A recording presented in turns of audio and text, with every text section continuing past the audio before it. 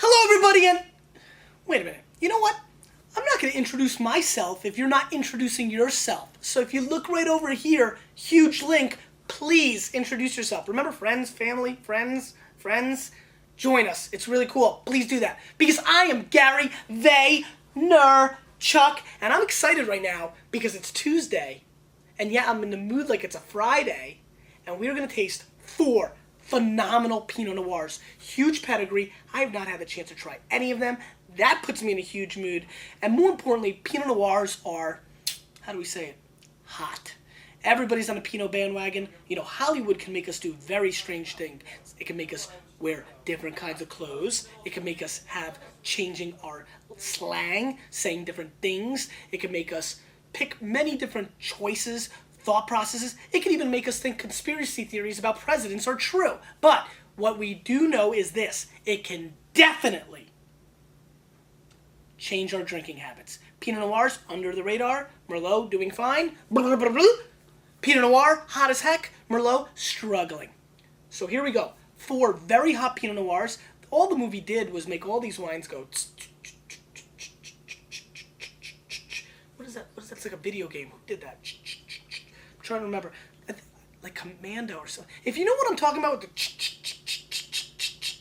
I don't know what that's from. Help me out. I feel like it's Atari or Nintendo. Definitely. Only those two. 10-yard fight.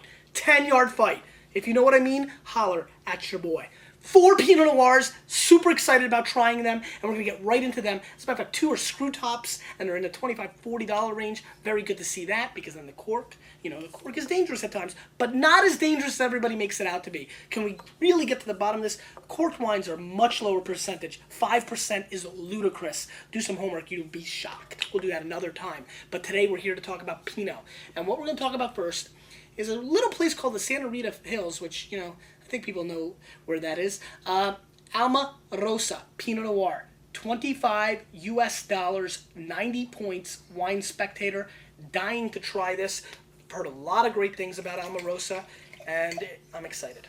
Right off the bat, I can see pouring it. The color is dark, but not as dark as some of these new wave Pinot Noirs I've been seeing. I can actually see my fingers through this, that are so dark it makes me wonder if there's a little Syrah in them.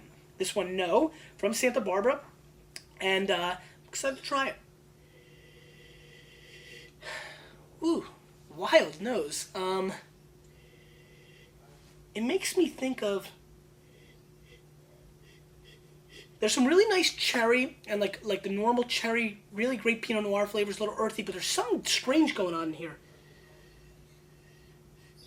Reminds me of like a meal my grandma used to cook, and I don't know the English word, so this is going to shoot over most people's heads, but this reminds me a little bit of mania kasha. And if you're Russian and you know what that is in English, let me know, because I never found out. I just found out what pomegranate was about 3 or 4 years ago. I always called it granata, because that's all I knew it as. Anyway, this smells like mania kasha, with hints of cherry, little pepper, really nice earth tones. I'm getting asparagus on this wine. Real heavy dose of asparagus. And that's nice. Let's give it a whirl.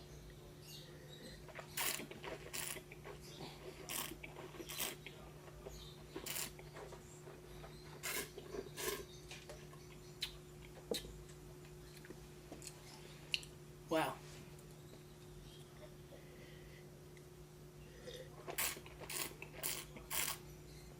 This is going to be a great episode.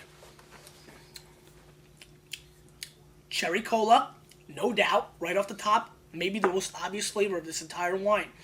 Cherry flavors obviously go hand in hand with that. However, lavender comes to mind really all over the palate. Great acidity, wonderful structure. Would be dying to eat food with this wine. Great food wine, but very pleasant. Very rounded fruit flavors coming through. Little funny flavor of like leather coming through, but not earthy or gamey in any stretch of imagination. Just a little bit of a leather, a little bit of a woodsy, a cabin feel coming through on this wine. Really like it. The cherries are very obvious. The cherry cola is obvious. It's vibrant, it's young, it's structured, it's beautiful, it's polished, and it has harmony throughout. Beginning, mid-palate, and finish all just go in a seamless line. that seems almost effortless. You ever see any of those people, maybe a beautiful animal like a horse, or an athlete, or a beautiful girl, or a wonderful guy, just everything they do seems effortless? That's what this wine makes me think more than anything else. It's more of an emotional driven thing than a direct flavor. It just makes me feel like this wine is doing everything it's doing purely effortless. Let's give it 91 striking points for that. And you know what? I may even underrate this wine over time. I think there's a little tinge of acidity that's coming through. It's making a little off balance, which helped me to go from 92. But I got to be honest with you, I'm positive that will go away. This is a 91 plus point wine. Put it on the board. Delicious. And I think we're in for a treat. These are really big pedigree, hot Pinot Noirs, so I'm excited. Breggo, 14.5% alcohol from Anderson Valley, a forgotten place that makes great Pinot Noir. 91 points, Connoisseur's Guide of Wine, $32 US. And this is from Boonville, California. And how can you not like a place called Boonville? I mean, think about all the things. I can't wait to hear the hundreds of comments on Boonville. And that's the question of the day. Question of the day is Boonville. Why don't you paint me a picture of what you think Boonville, California looks like? Thank you. Keep me entertained. I'm in London right now. I need to read these at 6 o'clock in the morning, your time. Help me out. Anyway, again, nice color, a little bit darker than the Almarosa. Very tight. Wow. This wine's been open for quite a while, actually. About 4 hours, and this is still tight as a rock.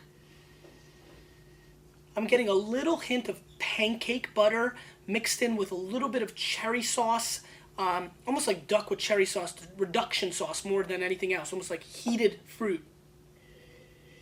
But the wine is not hot. Don't think that that's the case.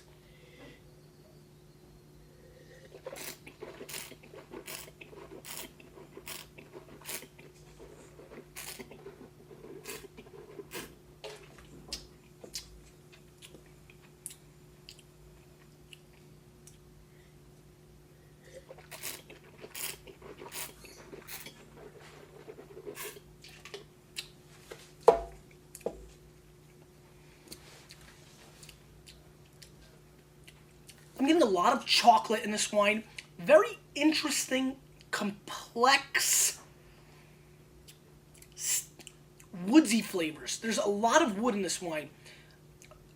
Oak, maple, birch, take your choice. A lot of wood coming through, but not over the top oak. It's as you can see, I've been pausing. It's a very interesting wine.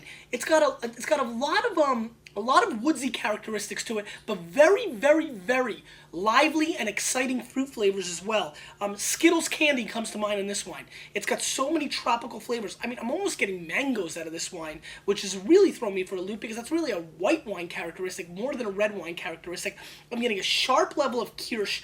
I'm also thinking that this wine reminds me of a grape ice pop. You remember the ones that are like the long, they're like, what are they called? The freezies? You know what I mean? Like the freezy pops, they're just like a long line. You just throw 100 of them in the sun into the freezer and you take them out and you eat them, push-up pops, whatever the heck they're called. It reminds me of this, a grape version that was frozen. They come unfrozen, as you know. Frozen. You took out like 13 because you're going to kill it, right? All orange and purple, of course, because those are the best flavors. And you left like one, and just left it on the counter because you're a kid, and you went to go play with your G.I. Joes, Transformers, Thundercats, or Voltron. And you came back, and it's melted. But you drank it anyway because you're a weird kid. That's a weird flavor because it's got it frozen, unfrozen. It's kind of reminds me a little bit of that grape flavor as well. So it's got a grapey kind of like Cabernet characteristic to it. This wine is very awkward. I'm a little bit lost for words, even though I had a heck of a lot to say. I'm going to score this wine 88 points with a question mark. Now, critics do that sometimes, so this is my first attempt, but I like that. Because I can see this wine becoming an 84 one in next year or so, and I can also see this wine becoming a profound 90-point effort. Very intriguing wine, very, very different. Good Pinot Noir, but yeah, there's a lot of weirdness going on. 88 question mark. Let's move on. I've been dying to try this. AP Vin 2005 Keefer Ranch, which is an amazing vineyard, Pinot Noir. $40 US, no score that we're aware of at this point. This is from the Russian River Valley. And Andrew, who makes this wine, is making some of the best stuff. His initials are AP Vin, hence the name, and he is making some amazing stuff. I mean, he has just blown my mind. Watching the development of this winery over the last 3 to 4 years has been nothing short of remarkable. They should be commended for the obnoxious quality of wines they put to the marketplace. These wines consistently have done well for me in blind tastings against $100 and $200 red Burgundies. I mean, right off the bat, you can tell this is back to a throwback. This has got the color of a Pinot Noir. Right off the bat, in a blind tasting, you can tell you're like, without tasting or looking at it, you're like Sangiovese, Pinot Noir. It's got that color. No cheating going on here. Right off the bat, I gotta get excited again. That bacon fat that I adore. Almost like smoked sausage, like Russian kibasi that my dad used to always bring home, and my mom would put in the stove and put like tons of fat. It was just like, I'm surprised I didn't have a heart attack at 11. We just ate horrible things, but it smelled great, and that's exactly what this smells like. Obviously also rounded with beautiful red radish flavors on the nose, and lively, almost hints of beautiful Jersey tomatoes even come through a little bit. Very vegetal in that aspect. I do get a little tomato, which is dynamitely weird. And then obviously really extracted red fruit. Strawberries and cherries come to mind, obviously, but even throw a great raspberry, maybe black raspberry into this mix. This is nice. Real nice.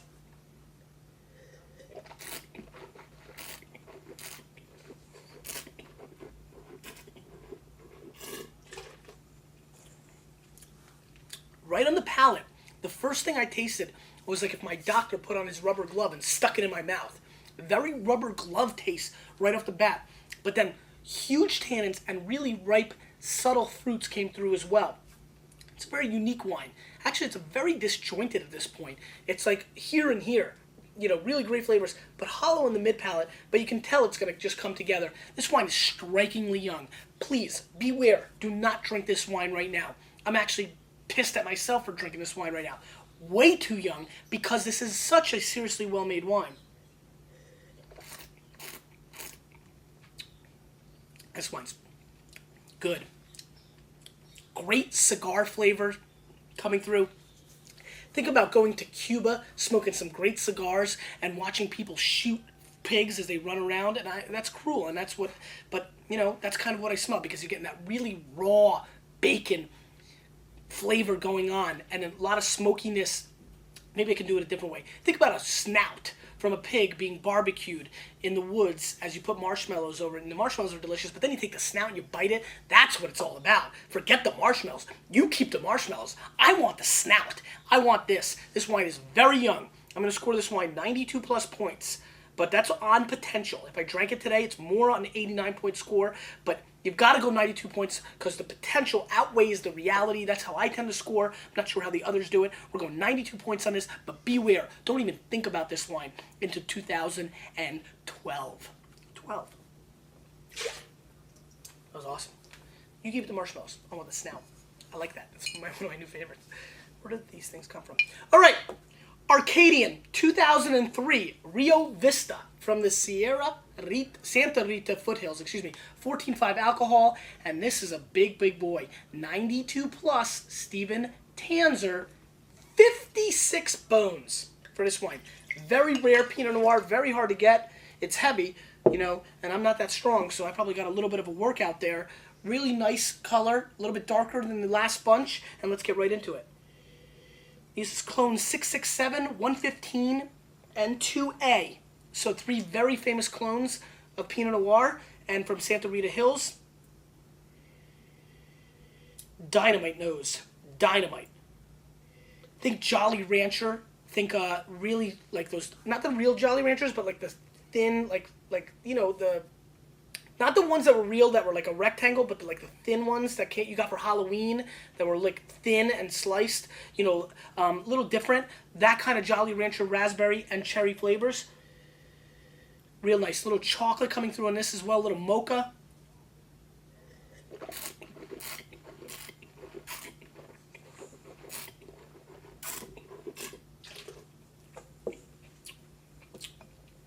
Wow.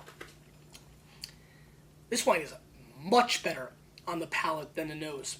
The nose was kind of one-dimensional. It was nice. I liked it, but it didn't change my life. this flavor profile is very different.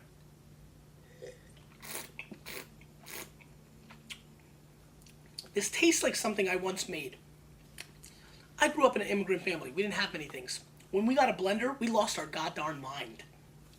I wanted to experiment with the blender. So I put Coca-Cola and Quick, you know, the chocolate mix Quick, into there with some fruits. Probably strawberries, because this is reminding me of the flavor. And that's exactly what this wine tastes like. This is now a personal moment for me. And so I like this. This really reminds me of our first blender, which was a huge deal. You want HD TVs? We lost our nards. I'm going to use that term again. When we got a blender, we didn't know what to do with ourselves. We were buying ice cream, throwing in there. I was about to throw my little sister in there. It was wild. This really has a very distinct, quick chocolate milk mix, Coca-Cola, and some fresh fruit, probably some older strawberries, because we never threw anything out either as an immigrant family, and some other things going on. It also has a little, wow, this really smells like it. It's wild. Also has a little bit of Wisconsin cheddar cheese aspect going on in the nose. I don't know where that's coming through, but it's coming at the end like, hey, wait, don't forget about me. And it's kind of there, which is really wild. Yeah, I'm getting a little bit of that, and it's really wild. And again, almost at the end, as I finish every time, it's now the third time as I've smelt this wine, a winter green, you know, like remember the Twins did the bubblegum commercials? Like that double mint kind of thing? It's got a little bit of that going on as well. On the flavor, all those things are extracted even more.